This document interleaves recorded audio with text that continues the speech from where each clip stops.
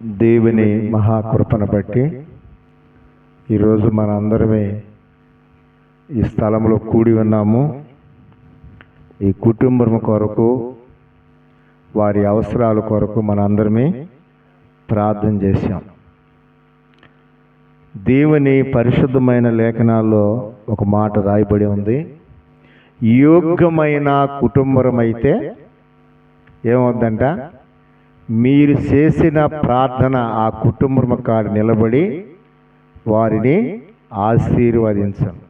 అవివేక్యమైన కుటుంబం అయితే ప్రార్థన ఏం చేస్తుంది?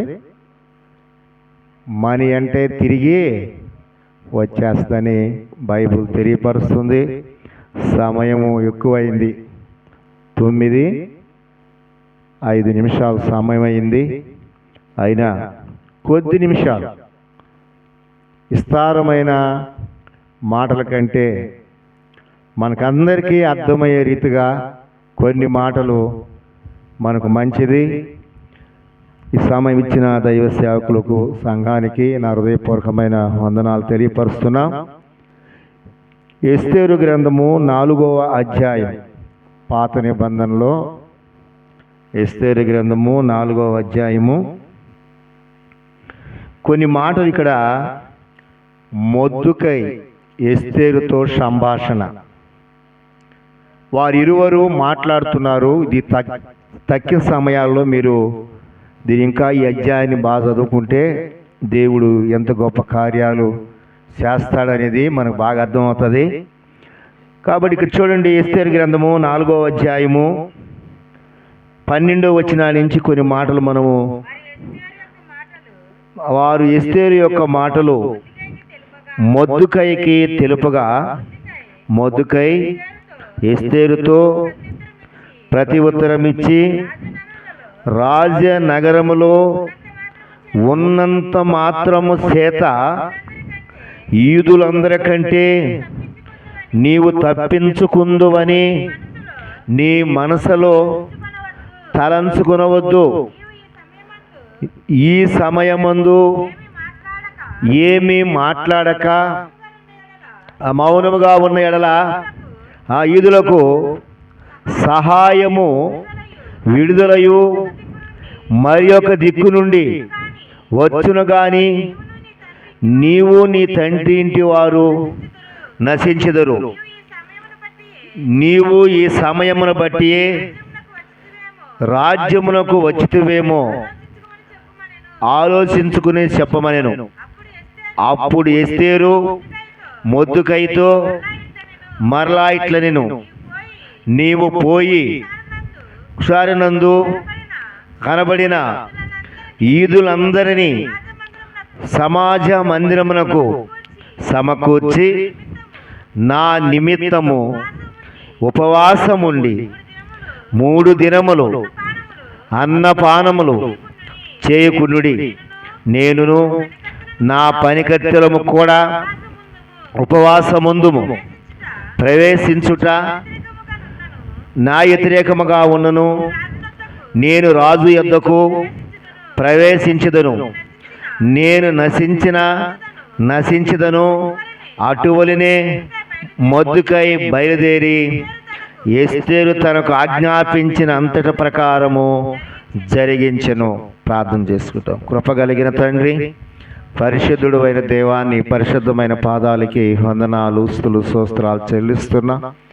నీ పరిశుద్ధమైన లేఖనాల్లో ప్రభువా, ఇలాగ తండ్రి ఉపవాస ప్రార్థన యొక్క విలువను, ఉపవాస ప్రార్థనలో జరుగుతున్న కార్యక్రమాలను ప్రభువా నీ పరిశుద్ధమైన లేఖనాల్లో రాయించినందుకై నీకు వందనాలు చెల్లిస్తున్నా. ఇంతవరకు ప్రభువా నీ మాటలు ఎంతో మాకు హృదయాలను ప్రభువా సంతోషపరిచిన మాటలుగా ఉంచ, కానీ ఈరోజు నుంచి ప్రభువా మేము ఎలాగా నడుచుకోవాలనో నీ పరిశుద్ధమైన లేఖనాలు తెలియపరుస్తున్నాయి. నా యందు మీరును, మీ యందు నా మాటలు నిలిచి ఉన్న వెడల మీకేది ఇష్టమో అడగండి, దాన్ని నేను ఇస్తానని చెప్పిన దేవా నీకు వందనాలు. ఈ సంభాషణలో ప్రభువా నాయన ఒక రాజు విషయంలో కూడా ప్రభువా తండ్రి నువ్వు మాతో మాట్లాడమని యేసు నామములో ప్రార్థిస్తున్నాము తండ్రి, ఆమేన్. సందర్భాన్ని బట్టి మనం చూసినట్లయితే ఇక్కడ ఆమాను, మొర్దెకై, ఎస్తేరు, ఒక రాజు, వీళ్ళు నలుగురితో ఇక్కడ సంభాషణ రాయబడి ఉంది. మొర్దెకై ఆ రాజనగరంలో ఒక వాచ్మెన్ గాను ఉంటాడు. ఆమాను రాజు దగ్గర ఉంటాడు. ఆమాను వస్తున్నప్పుడు ఈయన లేచి నమస్కారం చేయలేదని మొర్దెకై మీద పగబట్టి యూదులందరినీ, ఆయన్నే కాదు ఆ యూదులందరినీ చంపాలని ఒక ఆలోచన కలిగి ఆయన ఇలాగ చేస్తున్న సందర్భాల్లో మొర్దెకై ఎస్తేరుని పిలిచి ఇక్కడ మనం చదవబడిన లేఖనాల ప్రకారము తెలియపరుస్తున్నాడు. నీవు రాజనగరకు వెళ్ళి మన యూదులందరూ నశించకుండానట్లు నీవు రాజుతో మాట్లాడాలంటే ఆమంటుంది, రాజు పిలవందే రాజు నగరం లేకపోతే మరణశిక్షే కానీ ఏ శిక్ష లేదు. ఆయన పిలిస్తేనే ఆ రాజు కాడికి వెళ్ళాలి, కానీ పిలవకుండా పాకూడదు. అప్పుడు మొర్దెకై కోపం వచ్చింది.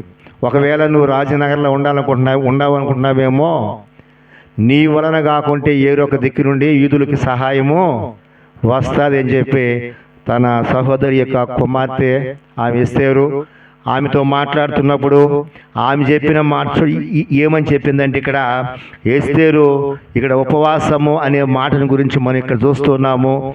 ఏమని ఆమె చెప్తుందంటే 16వ వచనములో అంటుంది,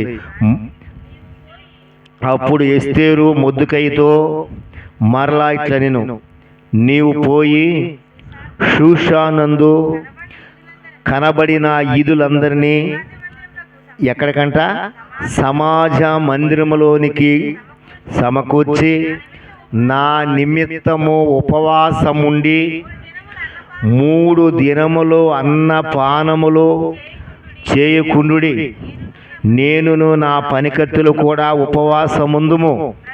ప్రవేశించుట న్యాయ వ్యతిరేకముగా నున్నను, నేను రాజు యొద్దకి ప్రవేశించదును, నేను నశించదును. అటువలనే మొర్దెకై బయలుదేరి ఎస్తేరు తనకు ఆజ్ఞాపించిన అంతటి ప్రకారము చేసెను. సందర్భాన్ని బట్టి మనం చూస్తే నేనైనా నశించను, కానీ మీరు నా నిమిత్తము ఉపవాసం ఉండి ప్రార్థన చేయండి, నేను రాజనగరంలోనికి రాజు దగ్గరికి వెళతాను. అలాగా వారందరూ ఉపవాసం ఉండి 3 దినములని అక్కడ రాయబడి ఉంది. ఇక్కడ 3 రోజులు మీరు ఉపవాసం ఉండి ప్రార్థన చేయండి, నేను నా పనికత్తులను కూడా ఉపవాసము ఉండి ప్రార్థన చేస్తాము. దేవుడు సహాయం చేస్తాడు, రాజు హృదయాన్ని దేవుడు మారుస్తాడని ఆ గొప్ప విశ్వాసముతో వారందరూ దేవుని మందిరములో సమాజంగా కూడి అందరూ ప్రార్థన చేయగా ఆమె రాజు దగ్గరికి వెళ్ళినప్పుడు జరిగిన సందర్భాన్ని మనము 5వ అధ్యాయంలో చూడండి. రాజభూషణములను ధరించుకొని రాజనగర యొక్క ఆవరణములో రాజు సన్నిధికి వెళ్ళి నిలిచెను. రాజనగర ద్వారమునకు ఎదురుగానున్న రాజ ఆవరణములో తన రాజ సమూహము మీద రాజు కూర్చుండి ఉండగా రాణి అయిన ఎస్తేరు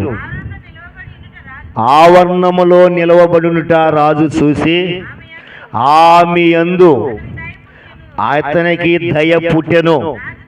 రాజు తన చేతిలో నుండి బంగారపు దండనము ఎస్తేరు తట్టు సాపగా ఎస్తేరు దగ్గరికి వచ్చి దండం యొక్క కొన ముట్టెను. రాణి అయిన ఎస్తేరు, నీకు ఏమి కావలెను? నీ మనమి ఏమిటి? రాజ్యములో సగం మటుకు నీకు అనుగ్రహించదని ఆమెతో చెప్పగా చాలు. ఎప్పుడైతే వారందరూ దేవుని వైపు ఉపవాసం ఉండి వారు ప్రార్థన చేశారో దేవుని వాక్యం తెలియపరుస్తుంది, మీరు నా తట్టు తిరిగితే నేను మీ తట్టు తిరుగుతాను. సందర్భాన్ని మనం అక్కడ గమనిస్తున్నాము. రాజు పిలవందే ఆ ఆవరణంలోకి ఎవరు కూడా పాకూడదు. అయితే వారు ఉపవాసం ఉండి ప్రార్థన చేస్తే రాజు హృదయాన్ని దేవుడు మార్చాడు. ఆయన మంచి రాజు కాదు, ఒక మంచి రాజు కాదు. వీరు ఉపవాసం ఉండి ప్రార్థన చేసి దేవుని మీద ఆనుకొని దేవుని సహాయంతో అక్కడ ఆమె అడుగుపెట్టినప్పుడు ఆమె హృదయాన్ని, ఆ రాజు హృదయాన్ని దేవుడు మార్చాడు. అక్కడ ఏమంటున్నాడంటే ఆయన, నా రాజ్యములో సగము మటుకు నీకు ఇస్తానంటున్నాడు. సగము, నా రాజ్యంలో సగం నీకు ఇస్తానంటున్నాడు. అయితే ఆ రాజు అంత మంచోడు కాదు, కానీ వారు దేవుని యందు విశ్వాసముతో వారు ప్రార్థించిన రీతిగా దేవుడు వారికి సహాయం చేసి ఆ రాజు హృదయాన్ని ఎస్తేరుకు మంచిగా చేసి ఎస్తేరు కోరుకున్నట్లుగా అక్కడ జరిగింది. అక్కడ సందర్భాన్ని మనం ఆలోచించినట్లయితే యూదులందరినీ హామాను చంపించాలనుకున్నాడు. మొద్దుకై నమస్కారం చేయలేదని అలా చేశాడు. అయితే వీళ్ళు ఉపవాసం ఉండి ప్రార్థన చేసి దేవుని గోజారుకున్నారు. అక్కడ రాజు హృదయాన్ని మార్చి ఎస్తేరుకు న్యాయం జరుగులాగన దేవుడు అనుగ్రహించాడు. అలాగనే ఇంకొక రాజు కూడా మంచోడు కాదు, అయితే ఆయన కూడా వాగ్దానం చేస్తున్నాడు. చూడండి, మత్తయి సువార్త 14వ అధ్యాయం. వాగ్దానం చేస్తున్నాడు. ఏమని వాగ్దానం చేస్తున్నాడు? 6వ వచనం చూడండి. అయితే హేరోదు జన్మదినము వచ్చినప్పుడు హేరోదు యొక్క కుమార్తె వారి మధ్య నాట్యమాడి హేరోదును సంతోషు పరిచెను గనుక ఆమె ఏమి అడిగినను ఇచ్చిదనని ప్రమాణపూర్వకముగా వాగ్దానము చేసెను. ఈ హేరోదు మంచి రాజు కాదు, మంచి రాజు కాదు. అయితే ఆయన యొక్క ఆ జన్మదినము వచ్చినప్పుడు ఆమె కుమార్తె వారిని నాట్యముతో సంతోషపరిచింది కాబట్టి ఆ యొక్క కుమార్తె విషయంలో ఏం చెప్తున్నాడంటే, ఈడ వాక్యము తెలియపరుస్తూ ఉంది. 7వ వచనంలో ఆమె ఏమి అడిగినను ఇచ్చిదనని ప్రమాణపూర్వకముగా వాగ్దానము చేసెను. ఇద్దరు రాజుల హృదయాలు మనము చూస్తూ ఉన్నాం. ఒక రాజు ఎస్తేరు విషయంలో వారు ఉపవాసం ఉండి ప్రార్థన చేయగా దేవుడు ఆయన హృదయాన్ని ఎస్తేరుకి మంచిగా చేసి ఎస్తేరుని ఆమె అడిగిన దాన్ని ఆయన జరిగించాడు. ఇక్కడ హేరోదు యొక్క జన్మదినం విషయంలో కూడా మనం గమనించినట్లయితే ఆమె వారిని సంతోషపరిచింది, నాట్యం చేసి. ఆయన ఏంటున్నాడంటే వాగ్దానము చేశాడు, నీకేం కావాలో ఇస్తానని వాగ్దానం చేశాడు. ఇద్దరు రాజులే ఆ రీతిగా వాగ్దానం చేస్తే సర్వ సృష్టికర్త అయిన దేవుడు, సర్వాంత్యామైన దేవుడు, నిన్న నేడు ఏకరీతిగా ఉన్న దేవుడు ఆయన మనల్ని ఎంతగా ప్రేమిస్తున్నాడు.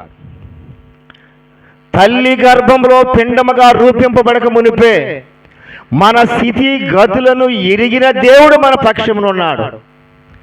అది వాక్యము తెలియపరుస్తుంది. నా యందు మీరును మీ యందు నా మాటలు నిలిచి ఉంటే అడగాలి. మీరు ప్రార్థన చేసే కుటుంబం యోగ్యమైన కుటుంబం అయితే మీరు చేసే ప్రార్థన ఆ కుటుంబంలో ఫలిస్తుంది. ఆ కుటుంబం అవ్యోగ్యమైన ఇల్లు అయితే ఆ ప్రార్థన తిరిగి మీతో కూడా వచ్చేస్తుంది. ఒక దైవజనుడు, నేను ఈ సెల్ ఫోన్లో సాక్ష్యం విన్నాను. ఆయన ఆ దైవజనుడు చెప్తున్నాడు, నా తల్లి యొక్క కన్నీటి ప్రార్థన ప్రవాహములో నేను దేవుని సన్నిధిలోనికి కొట్టుకొని వచ్చాను. ఆ తల్లి యొక్క కన్నీటి ప్రార్థన ప్రవాహములో. ఆయన ఎలాంటి వాడంట? స్త్రీలోలుడంట. ఆయన లోకములో ఎటు పడితే అటు పరుగులు తీసే ఆ స్థితిలో ఉన్న కుమారుని కొరకు ఆ తల్లి చేసిన కన్నీటి ప్రార్థన, ఆ కన్నీటి ప్రవాహములో నేను దేవుని మందిరంలోనికి కొట్టుకొని వచ్చాను. వారు 10 మంది సంతానమైతే ఆ తల్లి ఒక్కొక్కరి దగ్గర ఒక్కొక్కరు ఆ యొక్క రూములో ఉంటే ఒక్కొక్కరి దగ్గర ఆమె కొంత సమయాన్ని వారికి తెలవకుండానే వారు అమ్మిడి మోకరించి ప్రార్థన చేసేదంట. ఆ ప్రార్థన యొక్క తల్లి యొక్క ప్రార్థన ఆ బిడ్డలకి ఆశీర్వాదకరంగాను, వారు అనేక మంది దైవ సేవకులుగాను, మంచి కుటుంబాలుగాను దేవుడు వారిని ఆశీర్వదించాడు. కాబట్టి ఎక్కువ సమయం లేదు, వాక్యము తెలియపరుస్తుంది. ఎస్తేరు ఉపవాసము ఉండండి, నేను కూడా ఉపవాసం ఉంటాను, ప్రార్థన చేస్తాను, ఒకవేళ రాజు హృదయాన్ని మన తట్టు తిప్పుతాడు దేవుడని వారి విశ్వాసంతో ప్రార్థించినప్పుడు రాజు హృదయాన్ని ఆమెకు అనుకూలంగా చేశాడు. హేరోదు యొక్క కుమార్తె వారందరినీ సంతోషపెట్టింది. ఆయన అంటున్నాడు, నీవు ఏమడిగినా నీ ఇస్తా అంటున్నాడు. మత్తయి సువార్త 7వ అధ్యాయం 7వ వచనంలో మన ప్రభు అంటున్నాడు. దేవుని వాక్యము వినండి. మనము ఏమంటున్నాడు? అడుగుడి మీకు ఇవ్వబడును, వెతుకుడి మీకు దొరుకును, తట్టుడు మీకు తీయబడును, అడుగు ప్రతివాడు పొందును. చాలు. దేవుడు ఆశ్చర్యకరుడు అని ఆయనకు మొట్టమొదటిగా పేరుంది. ఆశ్చర్యకరుడు, ఆలోచనకర్త, బలవంతుడు, నిత్యుడగు తండ్రి, సమాధానపరిచే దేవుడు. దేవుడు ఆశ్చర్యమైన కార్యాలు మన పట్ల జరిగించాలంటే నా యందు మీరును మీ యందు నా మాటలు నిలిచి ఉన్న వెడల మీకేది ఇష్టమో అది మీరు అడగండి, అది నేను మీకు అనుగ్రహిస్తాను. దేవుడు సర్వాంతి ఆయన అన్ని స్థలాల్లో ఎక్కడ 2 3 నా నామమును కూడుకుంటారో మీతో నేను ఉంటానని వాగ్దానం చేసిన దేవుడు. సుమారు 2000 సంవత్సరాలు, 2024 సంవత్సరం ఇది. ఈ గ్రామం నుండి రాపూర్ ప్రాంతానికి దేవుని పరిసరికి వెళితే ఎన్నో ఎదురైనాయి, ఎన్నో రీతులుగా. ఎదురైనప్పుడల్లా మనం ఆ దేవుని వైపు చూసాము. నా యొక్క 24 సంవత్సరాల సేవ అనుభవంలో ఎన్నో నా ముందు నిలబడ్డాయి. అయితే నాకు అక్షర జ్ఞానం లేదు, సక్రంగా మాట్లాడలేని స్థితిలో మనిషిని.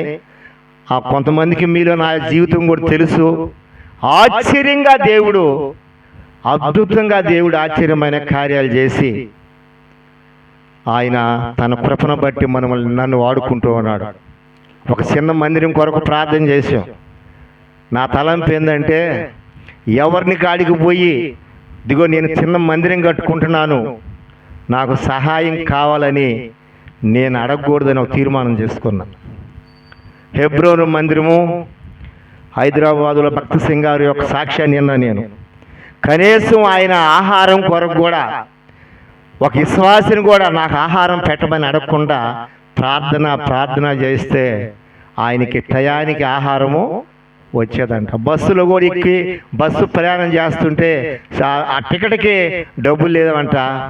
బస్సులో కూర్చో ఉన్నాడు కండక్టరు, అమ్మిడికి వచ్చేలేకే వెనకాల ఒక ఆయన పైకి లేసి ఆ దైవునికి ఛార్జింగ్ నేను ఇచ్చాను, టికెట్ నేను ఇచ్చాను చెప్పాడంట. అలాంటి సాక్ష్యాలు నేను కూడా చిన్న మందిరం విషయంలో ఎవరిని సహాయం అడగకూడదని మేము కూడా మొండిగా ప్రార్థన చేసాము.